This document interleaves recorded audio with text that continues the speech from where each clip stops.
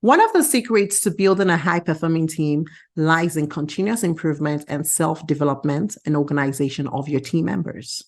Now, as a Scrum Master, one of the ways to ensure that your team has the mindset of continuous improvement and self-organization is for you to empower yourself and learn the beauty of asking powerful questions. Asking powerful questions as a Scrum Master helps your team to reflect, navigate through challenges themselves, and continuously improve themselves as a team. It also provides them the opportunity to be able to come up with solutions of their own, because you're not just helping them solve their problems, but you're asking them critical questions that helps them to think, critical questions that helps them to reflect, and critical questions that helps them come up with your solution. Now, in today's episode, I'm going to be teaching you the tips to asking powerful questions. Now, when it comes to asking powerful questions, one of the tips that would help you get started is for you to actually be genuine.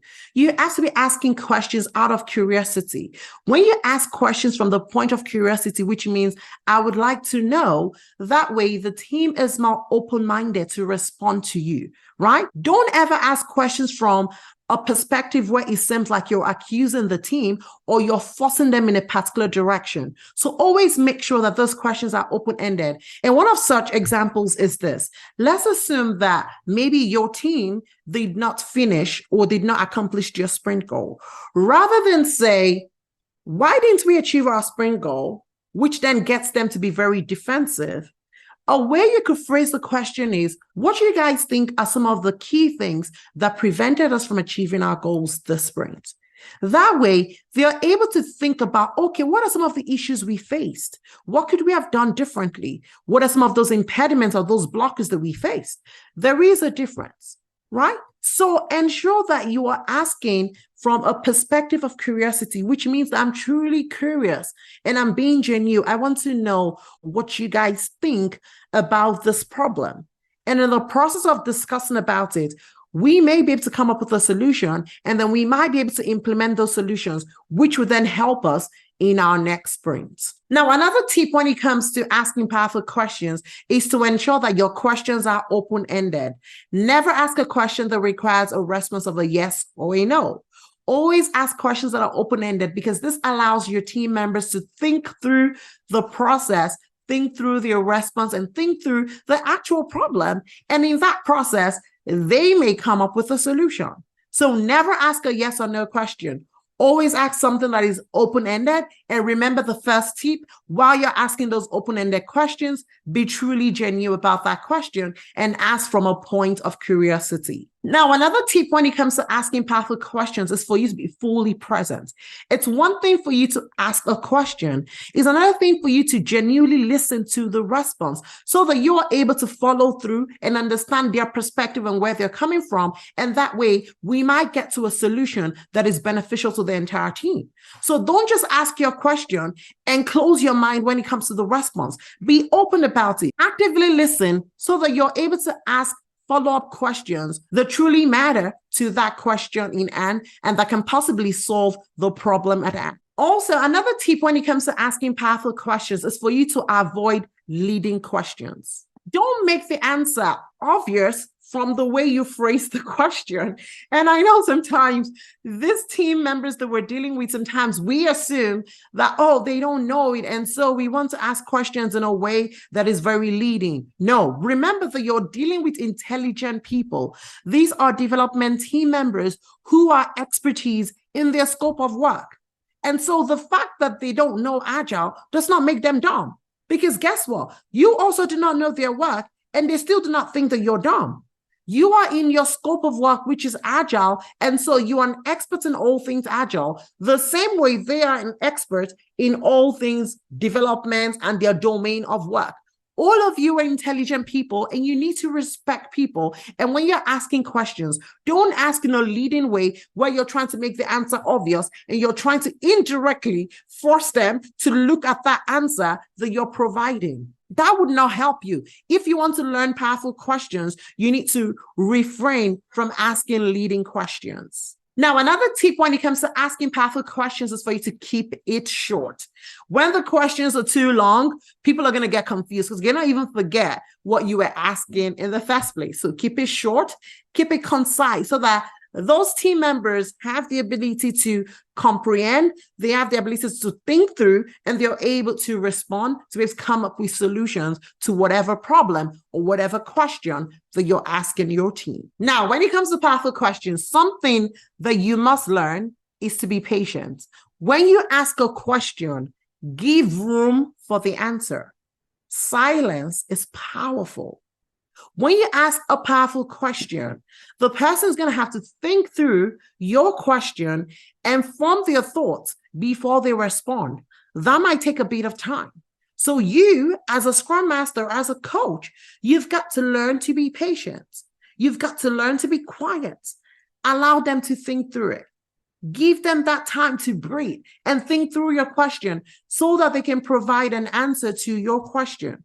So always ensure that you reserve that time to be quiet and be still. Hold the room. Being silent should not be awkward. It's actually very powerful. And the more you practice on this tips to asking your team members powerful questions, you will see how much more they are improved. You see how much better they self-organize, and you see how much more they are effective in the work that they're doing.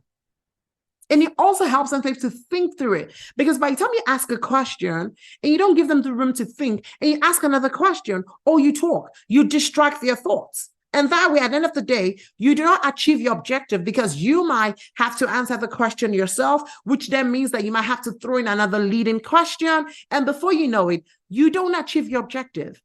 Now you're wondering why your team is not high performing. Because you're not allowing for them to grow. You're not allowing, the power in asking this coaching questions to actually bear the fruit for your team. Also, when you're asking powerful questions, avoid judgment. Be very careful. Don't be that person who is giving those, body language. You're asking a question, you're like staring, waiting for the answer. You're giving all of the signs and signals that kind of tells them that, what? Let's not just get into trouble. Let's tell her what she wants to hear and whatnot. Avoid anything that might come across as you judging your team members. Remember that the reason why you're asking this question is because you want them to come up with answers that will help them solve their problem, that will help them improve as a team, and that will help them self-organize. So if you're being all judgmental, how are you going to achieve your objective? Also, another wonderful tip when it comes to asking powerful questions is for you to learn how to ask follow-up questions. So based on the response you get from your team, you can then ask follow-up questions that allows you guys to dive even deeper into the subject. Now, what we're going to do next is I'm going to share some questions that I've written down that can help you think about how you can ask your team certain questions that allows them to think even further, which then allows them to grow and become super effective. So now, the first question, let's imagine that you're trying to figure out how the process is being run. And so you're trying to figure out how to ask questions regarding a process. One of the questions you could ask is this: what part of our current process feels the most cumbersome to you and why? Now, look at that question. That question actually allows them to think through their process. What are we doing that is very overwhelming, that we don't even feel is effective? We don't feel productive by doing it, and why? This allows them to think through it, and they're able to come up with maybe certain things that you as a Scrum Master can then consider and see whether it's actually worth our time to keep doing it as a team, or maybe that's something that we actually want to scrap based on the results and the response from the team. Now, another question you could ask, still talking about the processes, if you could change one thing about how we work, what would that be? That way, you're also allowing your team to actually think through the entire way they work. What don't we like about the way we work? The fact that we're working in an agile way does not mean that everything about it is perfect. So these are the people doing the work. What do they feel is not relevant to the way they work? What can be adjusted? If you don't ask, you would not know. Now, another way you can ask this question is, what are the obstacles preventing us from delivering more value quickly? That is a question that you can ask at the end of the sprint. You don't always have to ask, okay, why didn't we accomplish our sprint goal, right? to start getting them all defensive. You could carve your question in another way that is extremely powerful. What are the obstacles preventing us from delivering value more quickly?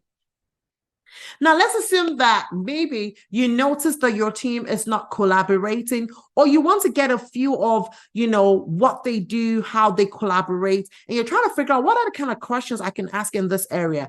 These are some of the questions I've written out for you. How do you feel about the communication within the team? Now, you're trying to get perception in terms of how do the team members feel? Do we feel like we're communicating well? Do we feel we're under communicating? Do we feel like we're over communicating? How do you feel about the communication within the team? Another question is, in what way might we improve our collaboration? Now, you're trying to look for ways that the team can work even closer so that way we're able to achieve our objectives much quicker. Another question you could ask is this: how can we better leverage each other's strength? Every member in the team knows the strength and weakness of their team members. They see them work every day. They know what you're good at, what you're not good at. So by the time you rephrase or phrase the question in that way, it allows us to think about the good in every team member. And then we can bring that to the table, and that could help us even figure out how we want to divide work going forward and know who should take what and who should not take what. Now, let's assume that you're trying to get your team members to think about the sprint and how they work. Some of the questions that you could ask is this: what went well in this sprint and what should we continue doing? Many times when it comes to retrospectives, right, we kind of think through some of those questions, but we don't have to limit that to only retrospective. You can ask those questions on a daily basis, depending on what you're trying to let your team focus on for that specific day.